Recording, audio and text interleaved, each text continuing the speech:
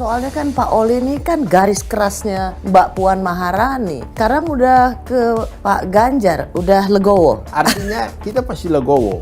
Ada dua perempuan dengan kebesaran hati memberikan jalan pada seorang Ganjar Pranowo. Dan ini adalah kedua kalinya Ibu Megawati memberikan kesempatan kepada orang lain. Katanya nih, Pak Ganjar ketika akan dicalonkan atau diumumkan untuk menjadi calon presiden dari PD Perjuangan, disuruh menandatangani kontrak. Kalau nanti terpilih jadi presiden, semua menteri itu harus atas izin ketua umum.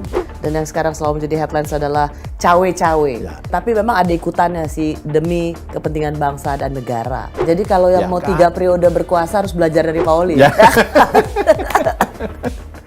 Stand by studio. Silent please. Mau ngapain? Siaran, Mbak. Beda kamar. Ketemu lagi di Kamar Rossi. Kali ini saya memang sudah lama sekali ingin mengundang tokoh yang satu ini. Kenapa? Karena di tengah pencapresan urusan pemilu 2024, tokoh yang satu ini begitu penting untuk kita dengar insight-nya atau pemikirannya, termasuk pengalaman politiknya. Ia adalah Gubernur Sulawesi Utara, tapi sekaligus juga Bendahara Umum PD Perjuangan selama 3 periode dan Ketua DPD PD Perjuangan Sulawesi Utara. Pak Oli Dondo Kambe. Pak Oli, terima kasih udah menerima undanganku. Ya. Akhirnya. Saya sebenarnya berterima kasih karena saya kan jarang Mbak Rossi tampil, tapi karena Mbak Rossi yang undang, saya hadir di tempat ini. Susah sekali minta waktunya Pak Oli nih. Ke Cina, ke Rusia, ngapain Pak Oli? Ya kan gubernur Mbak, kita harus promosikan daerah yang kita pimpin. Nah saat ini kan Cina itu menjadi tempat pelancong yang paling banyak.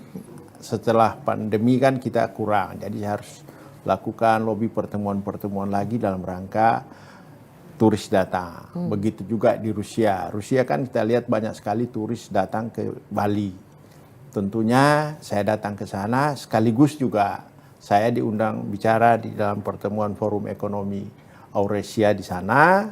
Sekaligus juga kita ketemu dengan wali kota Moskow untuk membangun patung Soekarno di kota Moskow. Dari beberapa kali kita mau janjian ketemu Pak Oli, ke Cina oke lah, reschedule. Ke Moskow oke lah, reschedule. Yang terakhir saya dapat kabar ternyata Pak Oli membawa Pak Ganjar Pranowo ke Sulawesi Utara setelah diumumkan oleh Ketua Umum PD Perjuangan Ibu Megawati sebagai calon presiden dari PD Perjuangan.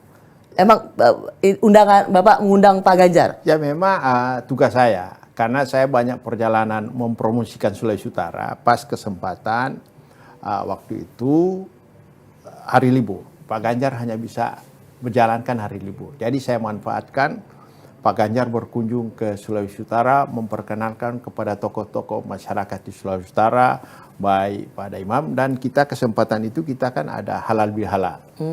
Nah halal bihalal yang pemerintah provinsi, pemerintah kota Manado, dan masyarakat.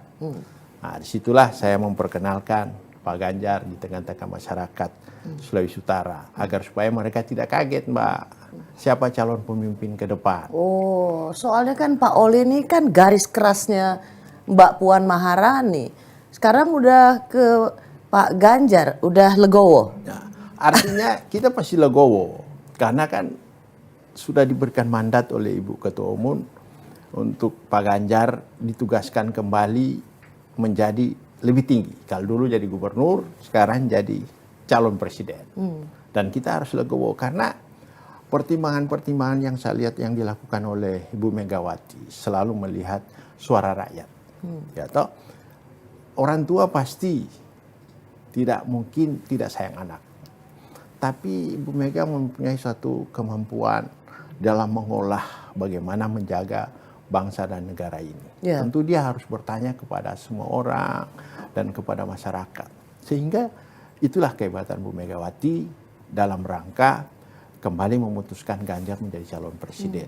Saya tahu Pak Oli kan juga yang berharap, seperti juga banyak dari timnya Mbak Puan berharap Mbak Puan yang dipilih oleh Ketua Umum PD Perjuangan untuk sebagai calon presiden begitu. Dan banyak orang juga bilang, kalau Bu Mega pasti putrinya gitu. Saya sendiri melihat bahwa Pak Oli itu termasuk yang dipanggil oleh Bu Mega membicarakan ini. Betul ya, Pak Oli? Ya memang, ya pasti loh. Namanya bendahara 3 periode masa nggak diajak ngomong-ngomong. Jadi kalau yang Ya mau kan? 3 periode berkuasa harus belajar dari Pak Oli. Ya. Bisa 3 periode kalau Pak Oli. Jadi artinya gini, kenapa di dalam kita mendukung Mbak Puan itu bukan sekedar pribadinya, Mbak. Karena kita tahu Mbak Puan ini punya pengalaman yang lengkap sebagai seorang politisi. Ya kan? Dia pernah menjadi anggota DPR sekaligus ketua fraksi, tiba-tiba jadi eksekutif, Menko lagi eksekutifnya. Bukan main-main, Menko membawahi berapa menteri, tiba-tiba jadi ketua DPR. Jadi kriteria sebagai politisi udah lengkap. Jadi wajar ketika pendukung Mbak Puan merasa bahwa ya Mbak Puan bisa untuk naik lagi ke pentas yang lebih tinggi. Dan tentunya juga satu hal, kita tidak bisa lupakan bahwa kakeknya Mbak Puan adalah putra bangsa, ya toh, yang membangun itu. Jadi garis ini yang kita lihat juga di situ. Jadi apa salahnya kalau kita memberikan kriteria Mbak Puan cocok jadi pemimpin negara kita. Ya. Pak Oli saya lihat waktu pengumuman itu ya Pak Oli di Bogor. Selain ada Ibu Ketua Umum, ada Mbak Puan, ada Mas Nanan. Tentu sang calon juga ada, itu ada Sekjen, ada Pak Pram, ada Pak Oli juga. Itu benar-benar silent operation ya untuk Jadi memang bukan persoalan silent operation. Dan kita memang Ibu yang memutuskan karena mandat dari partai dalam kongres sudah memutuskan bahwa Ibu Ketua Umum akan memutus segala sesuatu. Walaupun kita ada pembicaraan, tetapi kita tahu Ibu akan memilih hari yang pas. Jadi 21 April itu sebenarnya benar-benar dadakan. Memang 21 April itu benar-benar sangat dadakan. Walaupun ada pembicaraan tapi sangat dadakan dalam Ibu melakukan kontemplasi kapan untuk mengumumkan. Nah, saya rasa Ibu memilih itu tanggal 21 April itu bagaimana memperlihatkan bahwa perempuan itu menjadi salah satu contoh. Kan di mana-mana orang bilang surga itu ada di belakang kaki Ibu, bukan di mana-mana. Ya kan? Nah, tentunya Ibu memilih hari itu dalam rangka memperlihatkan bahwa perempuan itu dari zaman dulu sudah bisa jadi pemimpin. Pendobrak segala sesuatu yang menjadi hal-hal hambatan-hambatan bagi kita. Siapa pada zaman itu bisa mendobrak itu? Cuma era Kartini, dari gelap terbitnya terang. Nah, inilah Ibu pilih hari perempuan itu. Karena memang dua perempuan ini sangat-sangat bagi pribadi saya sangat-sangat memang mempunyai kemampuan yang sangat hebat. Karena pertama, Bu Mega melihat hal ini sampai memilih Ganjar sebagai calon presiden. Mbak Puan dengan legowo menerima Ganjar sebagai calon presiden, walaupun garis orang bisa melihat kemana-mana bahwa gak mungkin Bu Mega memilih di luar Mbak Puan. Yeah. Tapi pada saat diumumkan, begitu besar hati Mbak Puan menerima. Saya dengan Mbak Puan habis pengumuman acara, saya bareng Mbak Puan pulang ke Jakarta. Terus Mbak Puan lakukan buka puasa dengan keluarga. Malam lagi kita ketemu, ngobrol ketawa-ketawa. Jadi saya melihat bahwa Mbak Puan itu mempunyai kepribadian yang betul-betul berhati besar ya. Berhati besar. Di hari Kartini, hari peringatan untuk emansipasi perempuan. Di hari itu ada dua perempuan dengan kebesaran hati memberikan jalan pada seorang Ganjar Pranowo. Dan ini adalah kedua kalinya Ibu Megawati memberikan kesempatan kepada orang lain. 2014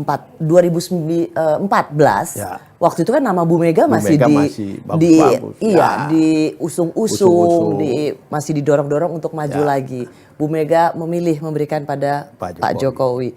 2024 Bu Mega sebenarnya bisa saja dengan hak mandatori yang diberikan sebagai seorang ketua umum PD Perjuangan memberikan pada putrinya, tapi juga diberikan pada orang lain. Buat Pak Oli ini luar biasa ya, menggambarkan saya seorang ketua tadi, umum dua yang tokoh perempuan ini memang sangat luar biasa. Satu tidak sermerta-merta melihat keluarganya, yang satu begitu lapang hatinya menerima. Nah, ya kan? Saya lihat Mbak Puan udah turun mensosialisasikan bahwa kita harus tekad bersama untuk membawa bangsa ini dengan Pak Ganjar Pranowo. Kalau orang lain saya rasa ogah-ogahan. Ini kemarin Mbak Puan kemana-kemana udah jalan terus untuk mensolidkan semua kader-kader PDI Perjuangan agar supaya satu suara. Pak Oli, gimana kalau masih ada misalnya nih ya pendukung yang Mbak Puan yang masih setengah hati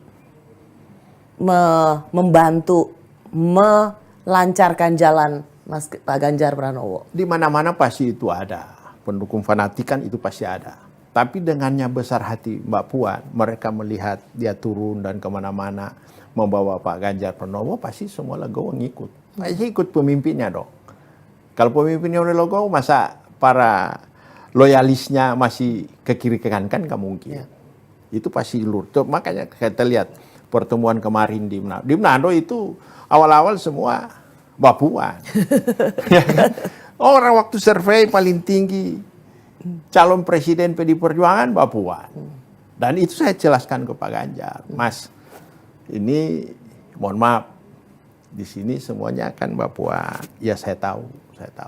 Tapi kalau Mas datang, karena kita solid, saya sudah izin Mbak Puan, pasti kita disambut. Disambut rame, dia lari pagi, acara pertemuan seluruh kader, anak ranting segala macam. Begitu ramai, semua solid bergerak. Karena semua melihat apa perintah ketua umum dan begitu legowonya Mbak Puan di dalam mendukung Pak Ganjar. Ya.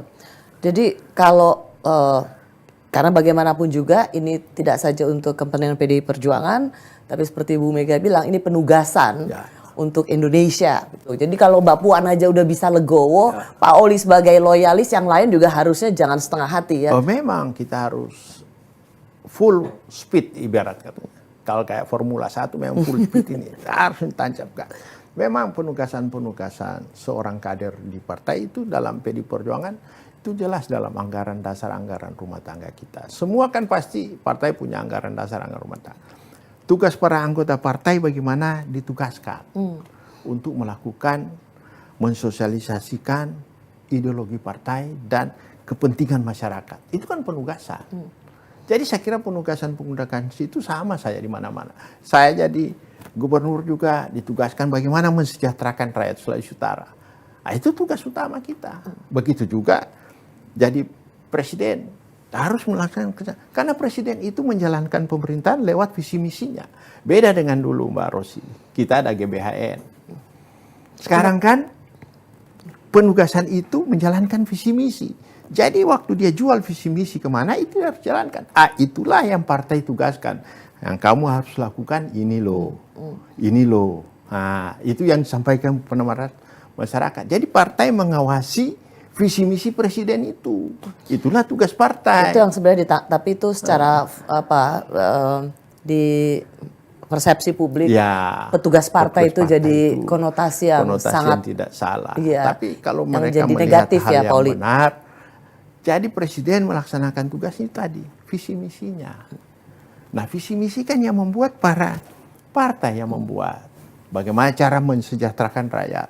Nah, itu tugas partai. Pak Oli, banyak sekali sekarang beredar sebuah yang mengatakan bahwa aduh Pak Ganjar ini dianggap sebagai petugas partai karena salah satu buktinya katanya nih Pak, karena Pak Oli ada di Batu Tulis kan waktu itu. Katanya nih Pak Ganjar ketika akan dicalonkan atau diumumkan untuk menjadi calon presiden dari PD Perjuangan disuruh menandatangani kontrak. Kalau nanti terpilih jadi presiden, semua menteri itu harus atas izin ketua umum. Saya kira nggak ada kontrak-kontrak begitu, karena Ganjar kan ini dari awal sudah kader partai. Yang ada arahan-arahan dari Ibu Ketua Umum apabila kamu jadi presiden.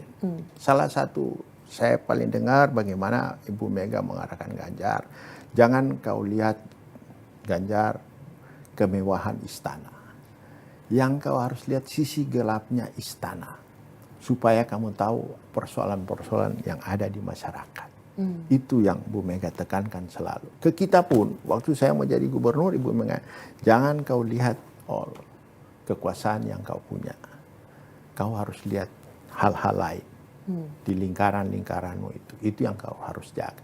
Saya kira nggak ada lah. Kalau soal pembentukan kabinet, penunjukan menteri, semua.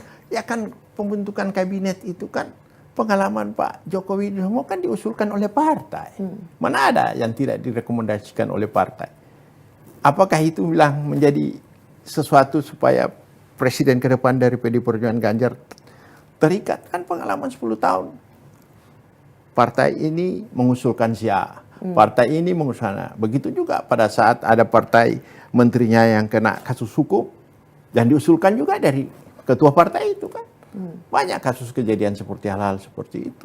jadi nggak benar tuh tanda tangan kontrak bahwa semua menteri dalam kabinetnya kalau Pak Ganjar terpilih harus seizin. Nggak ada lah, nggak ada seperti. Tapi realita kan seperti itu. Tadi saya katakan bahwa representasi menteri dari partai politiknya pasti atas persetujuan ketua umum. Kan begitu. Jadi kalau dari PD Perjuangan ya wajar. Nama juga yang diusulkan oleh ketua umum. Bukan berarti ketua umum PD Perjuangan mengatur semua kabinet. Semua kabinet. Ya sama kayak kemarin Golkar, Menpora mundur, Golkar mengusulkan 2 nama. Kan ketua partai yang ngusul 2 nama. Itu dari mana ya kok bisa ada? Ya toh. Bisa ada desas-desus bahwa tanda tangan kontrak. Ya artinya harus kan semua seizin Bu Mega. Sehingga kenapa saya tanyakan ini, Pak Oli. Jadi ini kemudian dikaitkan bahwa tuh kan benar boneka partai, tuh kan benar petugas partai. Kan gini, perlu kita lihat ke belakang, Mbak Rosi. PD Perjuangan dari survei-survei di mana-mana tidak pernah turun dari 20%. Nah ini kan ada kecemburuan. Kenapa sih PD Perjuangan di atas 20% terus? Nah caranya bagaimana supaya PD Perjuangan turun surveinya? Tentu harus digembosi dengan cerita segala macam. Itu kan strategi dalam pertarungan. Kalau mau menaikkan seseorang harus menurunkan. Gak mungkin ini naik, udah melewati persentase yang ada. Nah itulah penghabisan PDIP di mana-mana dikatakan sombong lah dan segala macam lah. Karena kecemburuan semua sebenarnya. Kenapa sih PDIP nggak bisa turun-turun? Semua sudah melakukan. Nah ini satu persoalan sini. Pengen dicari-carilah hal-hal yang supaya. Jadi Pak Oli lihat ini lebih ke arah untuk apa? Untuk mendiskreditkan kampanye negatif untuk PD Perjuangan. Nah karena tadi Pak Oli sudah bilang soal sombong. Saya banyak mendengar Pak Oli bahwa PDIP ini dibilang sombong gitu, mentang-mentang partai pemilu yang sudah menang 2 kali dan mau hat-trick katanya, tapi dan ya sombong lah gitu. Gimana jawabnya? Ya itu yang saya katakan tadi, PD Perjuangan dianggap sombong karena pertama 2 kali kita menang, yang kedua kali ini juga kita bisa mencalonkan sendiri calon presiden, seolah-olah tidak perlu bicara dengan partai-partai lain, kita bisa jalan sendiri. Tapi kan selama ini kita tidak mau publis. Kita kan sudah bicara dengan semua partai-partai. Tapi kan mereka punya konsep sendiri. Yang sombong justru mereka. Ya kan? Bukan kita yang sombong. Mereka yang lebih dulu mencalonkan, memblok-blok sendiri. Bukan kita. Ya kan? Lebih duluan mengumumkan koalisi. Mengumumkan koalisinya semua tidak mau bicara sama kita. Seolah-olah kita dianggap tidak mau berbicara. Padahal kan kita berbicara. Makanya kemarin Hanura datang, P3 datang, ada beberapa partai lagi akan menyusul dengan kita. Jadi bukan sombong. Ada keterbukaan dulu dari diri kita supaya tidak katakan bahwa PD Perjuangan itu sombong. Cuma ya itu tadi, konotasinya itu tadi Mbak Rosi. Ada hal mereka melihat PD Perjuangan ini tidak pernah turun surveinya. Mau ada gelombang apapun, selalu masih tetap 20%. Nah ini kan jadi satu persoalan. Pak Oli, salah satu juga yang dianggap PD Perjuangan itu sombong adalah relawan tuh harus didaftarkan ke partai. Ini orang juga ngeliat sombong banget sih PD Perjuangan nih. Jadi artinya gini, dulu zaman Pak Jokowi juga yang ketua koordinator relawan Pak Eriko Sutarduga. Jadi semua juga mendaftar di situ supaya kita tahu organisasinya jelas.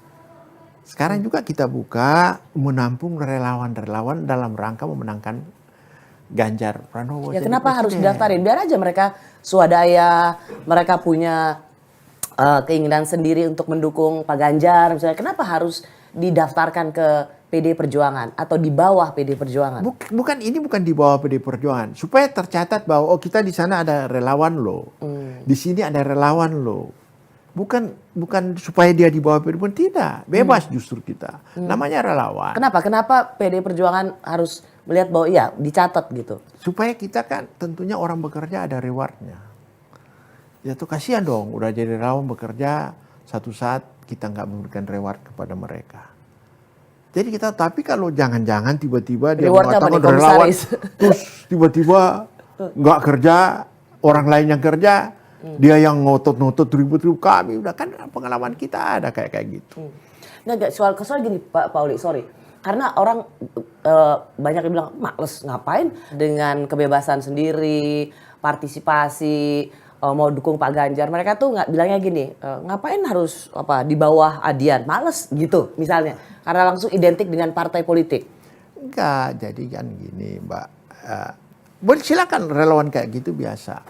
Tapi kan aturan dalam undang-undang KPU kalau mau jadi tim pemenangan itu kan harus terdaftar.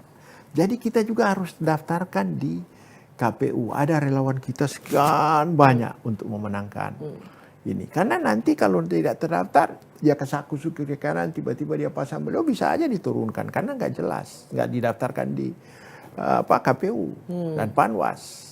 Jadi juga harus jelas ada aturannya, itu bukan nggak ada aturan. Makanya dalam rangka mempermudah para relawan kita daftarkan supaya kita lampirkan kepada KPU. Ini loh ada relawan Ganjar di sini kan gitu. Oh, dan ini bukan berarti kemudian apa-apa harus minta izin partai. Enggak ada gitu. Namanya relawan. Harus tunduk Kita pada ini justru partai. kalau mereka kurang kita bisa aja kita mensupport. Tiba-tiba ada apa-apa kan. Tinggal koordinasinya yang ketua DPD kita. Ya toh mereka perlu apa. Ya kan di partai kita ada justru malah kita membantu mereka. Kalau mereka perlu bantuan. Tapi kalau mereka bisa mandiri ya kita berterima kasih. Kan gitu. Kadang-kadang kan celetukannya gini, aduh jadi identik sama partai gitu. Ya. Dan itu bikin misalnya seniman, yang lain-lain tuh merasa bahwa nggak mau identik sama partai gitu. Ya memang kita paham lah banyak orang kan seorangnya kalau dia ikut jadi begitu jadi partisan. Ya toh kita tidak mau partisan, dia mau bebas. Tapi kita juga nggak ada masalah. Asal tercatat aja bahwa kelompok ini jalankan untuk pemenangan Ganjar. Kalau dia nggak mau daftar juga nggak apa-apa. Tapi akan apa ke resikonya kalau misalnya? Resikonya nggak ada, cuma kan ada batasan-batasan aturan-aturan di KPU sama ini toh. Kalau dia bikin kegiatan besar, kalau nggak terdaftar sebagai pendukung Ganjar, bisa aja kan Dibubarin. Justru kita membackup kegiatan-kegiatan para relawan, bukan membatasi dia bergerak seperti apa. Pak Oli ngerasa nggak sehati nggak dengan misalnya Pak Pandana Baban misalnya, atau misalnya ada beberapa yang lainnya melihat relawan Pak Jokowi, relawan Gibran, Ya. ini kayaknya beralih ke Pak Prabowo. Saya kira kita belum lihat ke dalam sekali. Ya kita tahu lah permainan politik, semua saling tahu lah. Namanya dunia persilatan. Saya kan sudah sekian lama ngikutin dunia persilatan politik kayak begini. Toh kita tahu lah pasti ada sesuatu lah. Tidak murni. Kan kita bisa lihat latar belakang yang muncul di samping Gibran, siapa-siapa orang-orang itu. Kan kita tahu. Apa? Ya kan? Bisa anak-anak yang sudah digiring-giring ke kiri kan bisa aja kita juga bikin seperti itu. Ada kelompok relawan A, kita ulas-ulas goreng-goreng pindah kan gitu. Jadi Pak Oli nggak lihat ini serius ya? Saya nggak lihat ini satu hal yang sangat serius. Saya melihat bahwa ini dinamika di lapangan yang harus kita Pak Oli hanya gini loh Pak Oli, itu kan itu sebuah acara yang kemudian tersebar luas, diberitakan. Persepsi publik itu juga cukup mencatat bahwa ini sebagai tanda Pak Jokowi melalui putranya itu memberikan restu pada Pak Prabowo loh. Hal itu kan, itu yang saya katakan tadi, kita kan tahu semua Mbak. Sebelum ada acara pas sudah kau kontak kita bikin acara ini ya, langsung di blow up kan. Itu bisa aja kan seperti itu, apalagi zaman sekarang. Ya. Medsos begitu gampang, acara pertemuan sudah disetting, langsung diviralkan. Oke. Kan seperti itu. Tapi kan orang taunya Ya. persepsi itu buat publik, wah tuh lihat relawannya Pak Jokowi sama Mas Gibran aja udah ke Pak Prabowo. Persepsi kan, politik itu kan persepsi Iya. Pak Oli. Tapi makanya kita, kan ini masih panjang Mbak. Kita lihat aja pemerintah kemana ya toh, dalam rangka menjaga netralitasnya sampai di mana, kan begitu. Pak Jokowi juga tentu menjaga hal-hal seperti ini. Tapi kan kita nanti pada ujungnya kelihatan kemana sih arahnya. Karena Mas Gibran kan sampai datang ke DPP kan. Ya, Mas Gibran kan datang ke BPP ngobrol-ngobrol Pak Sekjen, ya kan. Tentu banyak hal. Kan di klarifikasi, ya saya kan pemerintah, kalau menteri datang gimana katanya. Kan itu. Jadilah itulah gampang dilihat lah Mbak. Urusan-urusan politik seperti itu. Banyak yang mengira atau menduga-duga rasanya Pak Jokowi ini Ya. ada dua nih arah dukungan. Karena berbagai survei ya Pak Oli, berbagai survei semua yang naik elektabilitasnya itu Ya. pasti yang mendapat endorse dari Pak Jokowi. Ya kita tidak bisa pungkiri karena dalam survei itu pemerintahan Pak Jokowi sama Pak Maruf Amin itu kesukaannya kan tinggi. Ya, approval ratingnya. Ya, Litbang tahu, Kompas Litbang Kompas bulan juga Mei ini 70%. 70-an kan. Pasti otomatis mereka punya, siapa yang dekat dengan pemerintah ini tentunya pasti akan naik ratingnya. Makanya Pak Prabowo kan ya seringlah komunikasi. Ya dia kebetulan dia menteri, jadi hari-hari lah ketemu lah. Kan situ. Mungkin kalau Pak Ganjar menteri juga hari-hari ketemu Pak Jokowi. Karena menteri ya. Karena menteri, ya kan? Ya. Kan bisa dilihat di situ. Orang melihatnya sepertinya Pak Jokowi memang memainkan politik dua pilihan. Belum Bisa diterima karena kan semua belum secara resmi belum jadi capres. Ya toh, karena belum daftar ke KPU. Nah, kita lihat kan setelah jadi capres sampai di mana pemerintah atau Pak Presiden melihat hal seperti ini. Karena kan kita punya pengalaman loh. Zaman Pak SBY nyapres setelah daftar dia mundur. Ya ta dari Menko Polhukam. Menko Polhukam mundur. Pak Hatta Rajasa pada saat dia nyalon wapres, Asman Abnur mundur. Ya ta?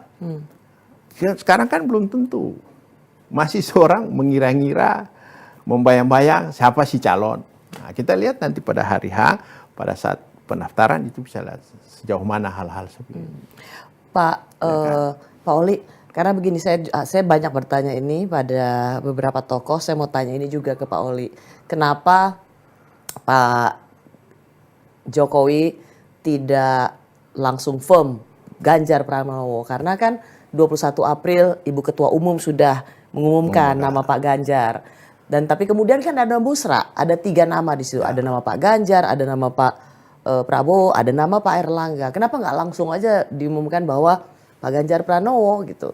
Apalagi Pak Jokowi kan partai PD Perjuangan sudah memiliki calon sendiri. Tapi kan jelas bahasa tubuh kan jelas.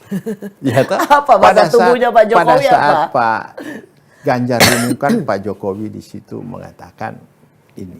Kan jelas. Mana dan hadir. Apa nggak bilang apa-apa, cuma bilang jangan Jokowi kesusu bilang, lagi. Pak Jokowi hadir di situ, pulang dengan Pak Ganjar, naik pesawat bareng Pak Ganjar numpang karena mau pulang ke Jawa Tengah, sholat bareng. Ya tak? Itu jelas kalau Pak Jokowi sama orang-orang lain nggak mungkin diajak sholat bareng Idul Fitri loh. Kalau hari-hari biasa bisa loh. Ini pas Idul Fitri momennya cuma Pak Jokowi sama Pak Ganjar. Kalau kita melihat bahasa tubuh aja, ya kan? Kalau kita udah bisa melihat bahasa tubuh, inilah. Jangan mengira-ngira, lihat aja nih kenyataannya ada. Kalau bahasa tubuh yang mengira-ngira dong Iya, Pak Oli. Karena pengalaman saya lihat hal-hal seperti itu. Jadi saya yakin Pak Jokowi selalu bersama dengan Abis Pak dari Ganjar. 21 April, Ya. abis itu tanam mangrove Ya. bersama Pak Prabowo. Ya Gak ada kan? Pak Ganjar loh itu. Karena tanah mangrove itu Gak ada memang- hubungannya sama Menhan loh itu. Apa hubungannya pertahanan sama apa naikin celana untuk nanam mangrove? Karena kan acara nanam mangrove itu kan memang penugasan dari seluruh Forkopimda, TNI jadi terlibat situ. Jadi kan ya namanya Iya. Menhan itu menteri loh. Iya. Jadi otomatis, jadi nggak bisa disalahkan kalau menteri hadir sama Pak Presiden. Karena menteri jangan mengira-ngira secara langsung ini gitu loh. Pokoknya ada aja lah jawabannya. Ada jawaban. Itu yang saya bilang tadi. Kalau Pak Ganjar menteri, ya mungkin kegiatan apa aja ada di sampingnya pasti. Itu. Cuma karena gubernur kan gak enak. Masa Pak Presiden di sana ada gubernur. Orang bertanya apa kapasitas gubernur Iya. jalan sama Pak Presiden. Ya toh. Kan gitu. Tapi hari-hari khusus yang dilihat gitu. Ya kan? Kalau nanam mangrove bisa tiap saat kita buat. Tapi kali Idul Fitri cuma sekali loh sholat bareng. Pak Oli sendiri sebagai bendara Benar. umum 3 periode PDI Perjuangan ini berharap nggak sih Pak Jokowi nanti benar-benar secara verbatim benar-benar mengatakan bahwa saya mendukung Ganjar Pranowo, jadi pilihlah Ganjar Pranowo, atau iya Pak Jokowi tetap dalam bahasa tubuh yang silahkan diartikan sendiri? Saya artinya Pak Jokowi kan dari gubernur, saya udah lihat bahasa tubuh Pak Jokowi. Pasti mendukung Pak Ganjar. Ya tapi diucapkan nggak? Menurut Pak Oli harapannya itu diucapkan nggak? Pasti satu saat akan diucapkan. Nanti aja lihat tindakan-tindakan Pak Jokowi seperti apa. Ya kan? Tidak mungkin kan rahasia pemenangan kita publis terus Mbak Rosi. Masa saya harus cerita hal-hal yang kita bicarakan di belakang? Bukan Karena Pak rahasia Oli ini, pemenangan dong. orang di Ya belakang panggung ini sebenarnya. Kita kan nggak boleh ceritakan segala sesuatu kepada publik bagaimana kita memenangkan siapa. Kan kita lihat aja nanti supaya strategi. Kan kita lawan ini para strategi-strategi ini. Pak Oli, seberapa penting posisi wakil presiden, Pak? Wakil presiden itu penting. Calon wakil presiden Calon kali wakil ini. presiden itu penting karena ini kan semua Elektabilitasnya seimbang. Ya? elektabilitasnya seimbang. Nggak ada yang menonjol. Nggak ada yang menonjol. Jadi wakil presiden itu tentu harus kita pilih betul-betul membawa dukungan. Ya kan? Membawa dukungan bagi kita. Benar nggak sih Pak Oli PDIP mengincar tokoh NU? Ya, kalau bicara tokoh NU, PDIP dalam sejarah selalu berpasangan dengan NU. Ya tak, zaman Bu Mega dengan Pak Hasyim Muzadi. Ya tak, Pak Jokowi dengan Pak JK. Pak JK kan tokoh NU. Ya kan? Periode kedua Pak Jokowi, Pak Kiai. NU juga. Jadi kalau bicara PDIP dengan NU itu bukan satu hal yang baru. Ada nama imam besar. Ada imam besar Masjid Istiqlal. Ada Pak Mahfud. Itu bukan hal-hal yang baru. Karena memang ya pengalaman itu. Karena kita mau bersama-sama terus. Kan begitu. Oh, nama Pak Mahfud aja juga masuk dibicarakan? Pak Mahfud ya semua orang bicarakan juga. Yang namanya tokoh-tokoh NU kan pasti dibicarakan. Siapa-siapa. Pokoknya direkomendasi NU dibicarakan di internal kita. Oh ini NU suka si A. Apakah B, si nanti C. PDIP dengan siapa berkoalisi juga akan mendengar masukan dari? Ya pasti. Jadi tidak melulu hanya apa yang dilihat oleh PDI Perjuangan. Ya pastilah. Kita kan bicara. Dulu juga kita bicarakan siapa calon dengan beberapa ketua partai. Cuma waktu kita memutuskan wakil presiden kita serahkan ke Pak Ibu Mega datang ke Pak Presiden. Jam 12 siang itu toh, kita lihat jam 1, jam 2 ada putusan. Kan gitu. Pak Jokowi kan hari Senin kemarin ketemu dengan pemimpin redaksi. Ya. Saya sih nggak hadir karena wakil pemimpin redaksi saya yang hadir. Dan yang sekarang selalu menjadi headlines adalah cawe-cawe. Ya. Dan untuk pemilu ini akan cawe-cawe. Tapi memang ada ikutannya sih demi kepentingan bangsa dan negara. Pak Oli lihat cawe-cawe dan itu reaksinya cukup banyak yang negatif karena dianggap nanti Pak Jokowi akan tidak netral. Dan memang ada kata satu kali Pak Jokowi mengucapkan tidak netral. Tapi kemudian diikut sertakan lagi bahwa ya tidak menggunakan TNI Polri. Pak Oli ngelihat apa sebenarnya maksud Presiden ini?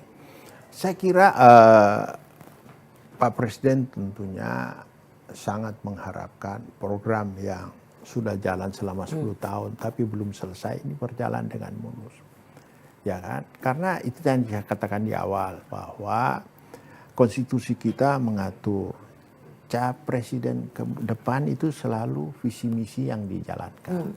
Tapi cawe-cawe itu ya gimana kalau orang melihat bahwa ini mau intervensi nih, mau ikut mengatur skor pertandingan? Artinya kan itu yang saya katakan tadi. Pak Presiden tentunya mau programnya jalan terus. Tentu kalau dia katakan mau cawe-cawe, maksudnya presiden ke depan itu tidak berbeda dengan apa yang sudah dilakukan ini, tapi yang belum selesai. Ya kan? Nah ini visi misi calon presiden kita. Tentunya waktu Pak Jokowi 2 periode, visi misi ini kan konsultasi juga bicara sesama kita PDI Perjuangan. Dan kita tidak akan lepas visi misi Pak Jokowi yang sudah melakukan ini untuk calon presiden kita ke depan. Dan itu yang pasti sudah menjadi komitmen bukan janji.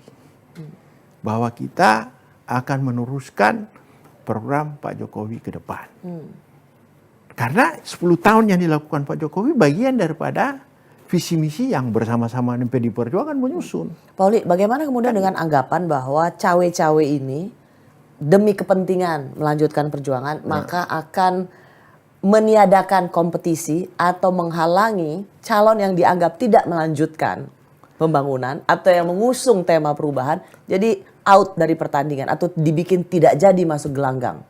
Saya kira itu terjemahan orang cawe-cawe. Tapi maksudnya Pak Jokowi cawe-cawe itu dalam rangka kalau bisa demi kemajuan bangsa. Program ini jangan berhenti di tengah jalan. Itu Pak Jokowi mau cawe-cawe. Karena pengalaman kita lihat negara-negara maju. Setuju sih. Ya, toh? Setuju Pak Oli.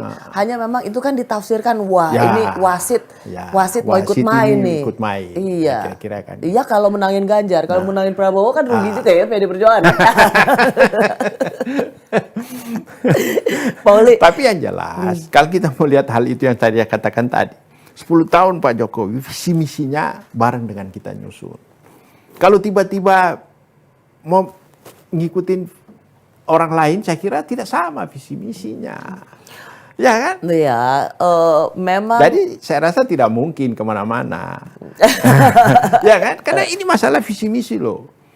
Masa tiba-tiba baru orang mau susun visi misi dia nggak tahu sejarahnya bagaimana jalannya kan gitu. Cuman kan menterinya Pak Prabowo kan menterinya Pak Jokowi, tidak ada visi menteri tapi yang ada visi misi presiden. Iya. Berarti sosoknya Pak Prabowo kan juga menjalankan visi misi presiden yang diinin oleh PDI Perjuangan. Iya, justru itu. Ngeri barang ini. Justru itu makanya saya rasa Pak Jokowi cawe-cawe itu dalam rangka menjaga visi misi yang sudah bisa. Itu visi misi itu paling nggak mesti 25 tahun baru satu negara bisa betul-betul maju, tidak ada perubahan. Kalau setiap pemilihan berganti, pengalaman saya 2 periode jadi gubernur nih, mau habis ini karena dipotong masa jabatan, belum bisa selesai selama karena 5 tahun pertama baru menyusun segala macam. Ya, 5 tahun kedua itu baru seret naik ke atas. Kayak Pak Jokowi kan 5 tahun kedua Belum baru kepotong pandemi. Belum kepotong pandemi. Nah itu kan sayang. Nah inilah. Ya, supaya lebih lancar, tentu bersama-sama terus. Pak Oli, yang juga menjadi concern itu soal sistem pemilu tertutup dan terbuka. PDIP kenapa ngotot atau dianggap ini ulah PDI Perjuangan untuk mengubah sistem pemilu menjadi terbuka? Karena gini, sebenarnya itu tidak yang memutuskan pemilihan rakyat itu Bu Mega loh, Mbak Rosi, Bu Mega presiden. Ya. Pada saat itu Bu Mega memutuskan pilihan presiden secara otomatis dipilihkan di segala rakyat. Sebenarnya itu juga diserahkan kepada masyarakat untuk pemilihan legislatif. Sama seperti pemilihan presiden. Cuma waktu dulu kan diatur dengan sesuai dengan nomor urut. Karena apa? Pemahaman kita calon-calon pemimpin bangsa itu harus ada seleksi. Jangan tiba-tiba ujuk-ujuk, tiba-tiba dia jadi ini. Karena dia punya uang lah, dia punya segala macam. Ini yang merusak tatanan politik kita. Itu yang kita usulkan kepada pemerintah yang sekarang. Karena kita melihat pengalaman Untuk pemilu, memilih anggota DPR. anggota DPR. Ya. Ya toh? Pemilihan anggota DPR sepanjang masa ini terjadi hal-hal seperti itu. Kadang-kadang jeruk makan jeruk. Kadang-kadang sengketa partai antara calon ini, oh dia rebut suara saya begini bla bla. Tapi kalau dulu kan awal-awal pemilihan langsung oleh masyarakat, ya kan? Tergantung calon yang sudah disusun oleh partai, kaderisasi yang sudah disusun betul-betul dia pekerja dan orangnya bagus-bagus. Cuman ini dianggap hegemoni partai politik Ya. dan tidak mengembalikan bahwa rakyat ingin memilih siapa yang mewakili daerahnya gitu loh Pak Oli. Tapi kan itulah kembali partai politik harus dewasa. Kalau PDIP kan sudah sangat dewasa. Partai kita sudah ada ISO loh Mbak. Ya, Pak Oli, sorry. Kalau misalnya jadi PDIP itu melihat bahwa sistem proporsional tertutup itu jauh lebih baik. Ya. Supaya biar partai yang memutuskan nomor urutnya. Gitu. Supaya jangan karena uang atau kalau meminjam istilah Pak Yusril hanya karena viral atau keterkenalan tanpa melihat kapasitas dia jadi terpilih gitu kan.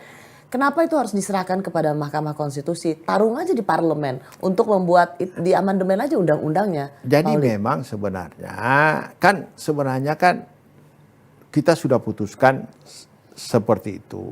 Karena 2 kali kita usulkan tertutup dibantahkan oleh MK. Udah 2 kali loh, 2 kali pemilu loh. Kita minta tertutup, terbatas, tetap dimentahkan terbuka semua. Ini yang ketiga kali lagi. Jadi saya kira diserahkan sepenuhnya kepada Mahkamah Konstitusi tentang tertutup atau terbuka ini. Karena di parlemen sudah bertarung, seperti itu hasilnya ini. Nah kita mengusulkan ini karena melihat hal-hal yang... Oke, tapi kenapa enggak di antara itu biar menjadi bagian dari pemerintah dan DPR aja? Enggak cukup kuat ini. Enggak, bukan. Sebenarnya kan sudah putus. Undang-undang pemilu kan sudah selesai. Betul, ya. Tapi kan karena ada gugatan dari orang menyangkut terbuka dan tertutup ini, ya kita merespon. Karena kita menganggap, karena waktu dalam pembahasan juga kita merespon hal tertutup ini. Oh, PDIP memang lebih karena merasa tertutup jauh lebih baik. Karena kita kaderisasinya jelas, Mbak. Yang untuk calon anggota DPR kita ada fit and proper test, ada psikotes. Jadi terus kaderisasi poin-poinnya jelas. Yang mau jadi anggota DPR misalnya nomor 1 harus si A, walaupun dia nggak punya uang, karena dia betul-betul kader yang sudah teruji, sudah ikut sekolah partai dan segala macam. Ya, cuman itu kan mengembalikan yang banyak pengamat bilang itu partai itu jadi mengatur semuanya dan hegemoni itu ada di tangan partai politik. Cuma memang ada positifnya, ada negatifnya. Kalau pengurus partainya nggak jelas, pasti yang keluar calonnya negatif semua. Ya tak? Tapi kalau partainya diatur dengan baik, pasti yang keluar calon-calon anggota DPR itu betul-betul orang yang punya qualified. Tapi kan itu kan ini versi pemerintah, belum tentu juga apa yang dianggap dilihat baik oleh partai itu juga oleh publik baik gitu kan belum tentu ketemu juga Pak. Makanya saya bilang ada baiknya, ada buruknya. Tinggal kita lihat. Makanya diserahkan kepada Mahkamah Konstitusi untuk melihat. Pimpinan Mahkamah Konstitusi ini kan memang dipilih orang-orang yang qualified. Jadi tinggal mereka lah berdiskusi mana yang paling masyarakat suka. Pak Jokowi hatinya kemana Pak untuk proporsional terbuka sama tertutup ini? Saya belum pernah ngobrol sama Pak Jokowi untuk hal ini. Ya kan? Karena saya kan jarang ketemu juga sama Pak Jokowi. Paling ada kunjungan ke daerah baru bisa. Karena cawe-cawe ini juga dikait-kaitkan tuh. Ini nanti juga pasti mau menangnya di proporsional tertutup gitu. Dikaitkan bahwa ini juga Pak Jokowi akan ikut campur soal sistem pemilu yang terbuka tertutup. Saya kira Pak Jokowi nggak sampai seperti itulah mencampuri Mahkamah Konstitusi kan sangat independen dalam memutuskan ini. Kalau dia tidak independen, wah percuma dong kita buat Mahkamah Konstitusi. Dia kan harus melihat segala sesuatu yang pernah kita kerjakan. Hasilnya katanya udah bocor tuh Pak, 3:6. Itu kan baru hasil bocor.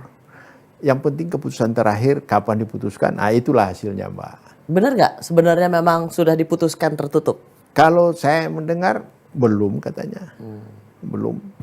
Tapi kalau hasilnya Pak, ternyata tetap dengan sistem yang awal yaitu terbuka, PD Perjuangan bisa menerimanya? Kita siap semua, mau terbuka bisa, mau tertutup. Kita kan hanya mengusulkan sesuatu hal yang lebih baik. Kan namanya demokrasi, Mbak. Amerika 300 tahun loh, demokrasinya berpundak sampai sekarang. Kita baru 70 berapa? 70. Iya, 77 ya? Ya, baru 77 tahun kita. Jadi proses demokrasi itu harus panjang baru ketemu yang ideal kayak apa. Kan gitu. Pak Oli, terakhir nih. Partai-partai di luar PD Perjuangan yang di parlemen itu bereaksi keras loh. Kalau MK memutuskan tertutup, maka termasuk ada yang bilang dari Partai Gerindra kalau salah. Kami juga punya kewenangan loh untuk mengevaluasi anggaran MK. Ya, pasti kan namanya anggota DPR. Kan tugasnya salah satu budgeting. Ya pasti dong kalau ini dia pasti melakukan hal-hal seperti itu. Itu pasti. Kita juga mengikuti semua kebijakan Cuman politik. itu Pak Oli lihat itu sebagai ini nggak sih mengancam partai politik berusaha mengancam MK yang memiliki kewenangan anggaran. Jadi semacam show mau sok kuasa gitu. Jadi artinya 560 anggota DPR sudah memutuskan undang-undang pemilu bersama-sama dengan pemerintah. Ya toh, tiba-tiba ada lembaga yang menggugat ke MK. Terjadi berproses. Nah inilah ada ketersinggungan dari pimpinan-pimpinan fraksi yang tidak suka dengan tertutup. Nah, pasti mereka menyuarakan hal itu. Kalau kita mau terbuka tertutup, saya kira kita menerima. Tapi walaupun kita perlu bisa takut dong MK kalau denger ini kan, waduh nanti anggaran kami diiniin. Ya, kira-kira jitu talk chair nggak ini ancaman artinya kan parlemen, namanya politik harus komunikasi, Mbak. Dikomunikasikan dengan hal yang baik, saya kira pasti ada jalan keluarnya. Pengalaman saya 11 tahun di DPR, semua dikomunikasikan. Dengan baik, semua mulus, nggak ada permasalahan-permasalahan. Mendarah umum 3 periode. Yang lain susah banget bisa 3 periode. Mbak Oli 3 periode langsung. Pak Oli, terima kasih ya. Saya tahu baru benar-benar landing, tapi menyempatkan di Rossi. Saya sangat menghargainya untuk ngobrol seperti ini. Saya juga terima kasih karena bisa bersama-sama Mbak Rossi. Pasti kaget juga teman-teman kok mau muncul di nama Mbak Rossi. Jadi terima kasih sekali karena bisa muncul di Kabar Rossi. Kabar Rossi. Thank you Pak Oli. Terima kasih. Kita ketemu lagi di episode selanjutnya.